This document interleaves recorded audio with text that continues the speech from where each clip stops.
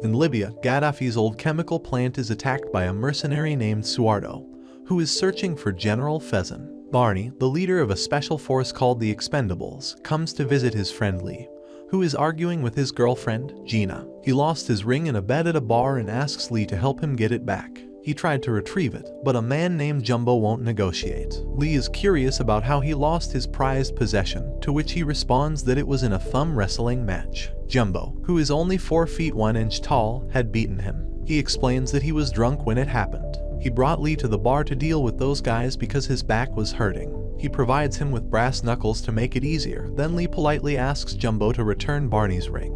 But Jumbo refuses, so he takes matters into his own hands, using his knuckles to teach Jumbo and his men a lesson. Eventually, Barney gets his ring back after incapacitating a large man, and Lee wonders what happened to his bad back, to which he jokingly responds that it miraculously went away. Meanwhile, Suardo infiltrates the general's office, while Barney and Lee meet up with other Expendables members for their mission. These members are known as Gunner, Easy, Galan, and Toll Road. The Sea's Marsh introduces them to Suardo, a former British national turned arms dealer with his private army. He has been hired to steal detonators for nuclear missiles for a dangerous client named Ocelot, who plans to create an international incident. Marsh instructs them that their landing zone is Gaddafi's old chemical weapons plant in Libya, and their mission is to ensure the detonators stay there. Lee is upset that Barney didn't inform him about this mission. Easy is curious about Lee's strong reaction to the Ocelot mission, and Toll Road explains that Lee knows Barney well and understands that he is willing to do anything to confront Ocelot for Barney. Years ago, the CIA hired Barney to uncover the identity of the codenamed Ocelot. During that mission, someone led Barney's team into an ambush, nearly wiping out his entire team.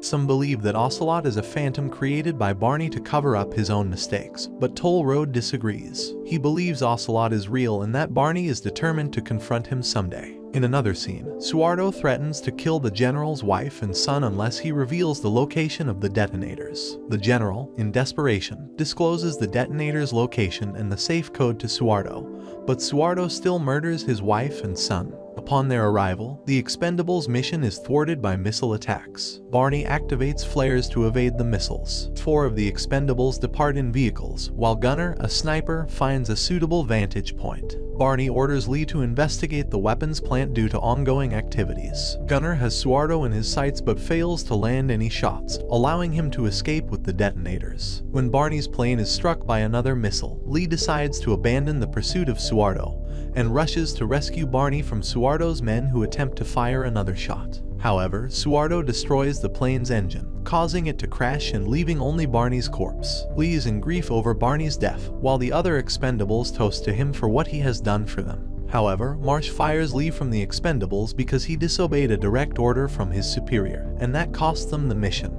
The next leader who is going to run the team is his girlfriend, Gina. Easy blames him for making Barney's sacrifice worthless. Before he leaves, he takes Barney's ring and tells them that Barney hates cover bands. Gunner confronts Easy, telling him that nothing Barney did was worthless, and he instructs him not to talk about Barney in front of his face. While Lee is searching for a job, he comes across a social media influencer who is looking for private security, so he applies to become his security. On his workday, the man asks him to hold a sign, but he states that he is here to protect him, not to hold his sign.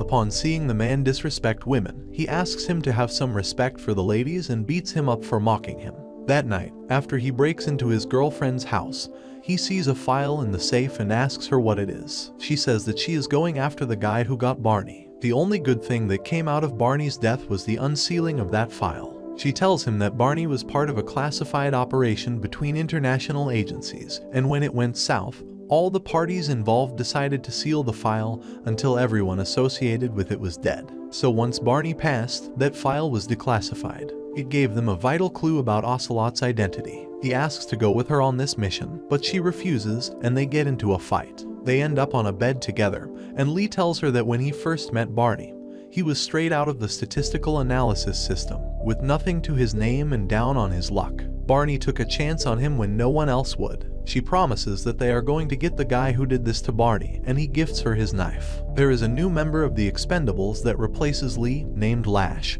and they are going to a CIA black site. Lee comes to Thailand to find an ex-member of the Expendables named Decha. Then a man tells him that Decha has long gone to a place of peace. However, the man doesn't allow him to steal the boat that docks there. He is surprised that Lee has Barney's ring and shocked upon learning that Barney is dead. Lee tells him he needs a boat to go find the man that killed Barney. He says that from what Barney said about Decha, he could use him for what lies ahead. The man reveals he was once Decha, but he put that man behind him. So, upon learning about Barney's death, he decides to help Lee get revenge. Marsh tells the Expendables that the Thai cargo ship Jintara was hijacked in the Andaman Sea by Suardo. The Jintara has changed course and is en route to the Russian coast of Vladivostok. Due to a royal Libyan connection, Suardo has taken possession of the nuclear detonators. The ship itself is going to be hosting an exchange where they will take possession of the remaining nuclear materials needed to construct a viable nuclear bomb. He also has valuable intel that suggests Ocelot will be on the Jintara, so he says this might be their one and only chance to learn his true identity. Barney's death opened a file that reveals the name of a man who worked with Ocelot. His name is Fen Yongbai, who is Ocelot's former partner who would love to rat him out.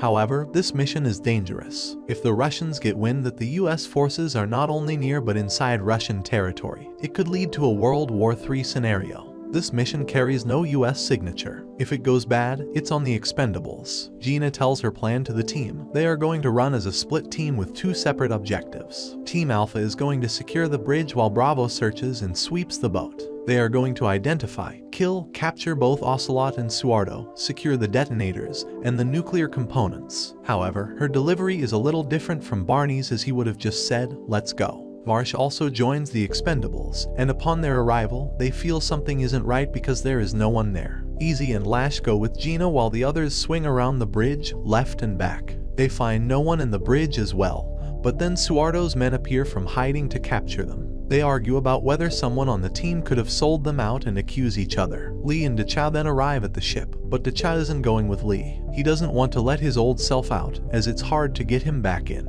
Suardo talks to the CIA Russo to do a prisoner exchange between Marsh and Fen Yongbai. He tells her that if she refuses, Marsh will be the example of how deadly serious he is. However, she doesn't have the authority, but Marsh does, so he gives her the authorization. As Lee fights his way in, he comes across the men making fun of him with the video where he beat up the influencer. He kills them while they are distracted and gets a clue about his friend's whereabouts from one of the men. He takes Gunner's axe and reveals his presence to Suardo by talking to him on a walkie-talkie. He tries to fight his way out from Suardo's men, and then Decha shows up to aid him when he is in danger. He thought that Decha was done with this kind of life. He responds that it would be disrespectful to Barney's memory to let his friend die. Together, they take down the men to get to the other Expendables. Easy tells the others that they can escape through the bilge system.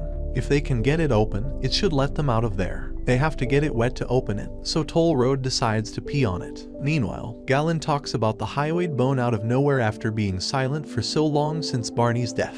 He wants to claw the highwayed bone from Suardo's throat with his own hands and make him apologize while he is drowned in his blood. He says Barney was his hero. He cannot speak because his mind is full of these brutal and visceral fantasies. Easy suggests that he should go back to not talking. As the bilge system opens up, they quickly make their way out of the room. Russo informs Suardo that Yongbai is en route to him and she expects to have her team returned alive. He assures her that they will, as he is a man of his word. Lee and Decha arrive at the locker room after the Expendables left earlier and wonder where they went. Then Lee realizes they have already escaped through the bilge system. After a while, they come across Suardo's men, and Lee and Decha suddenly show up to rescue them. It is revealed that the knife that Lee gifted Gina has a tracker in it. They take a look at the bomb that is wired to go off in 27 minutes. The only way to shut it down is to find the remote kill switch. Then they begin fighting off Suardo's men to get to him. The men injure Toll Road while Lee confronts Suardo to get the kill switch. As Suardo is taken down, he tells Lee that he doesn't have it and reveals it's with his boss. Meanwhile, Yongbai has arrived at the ship.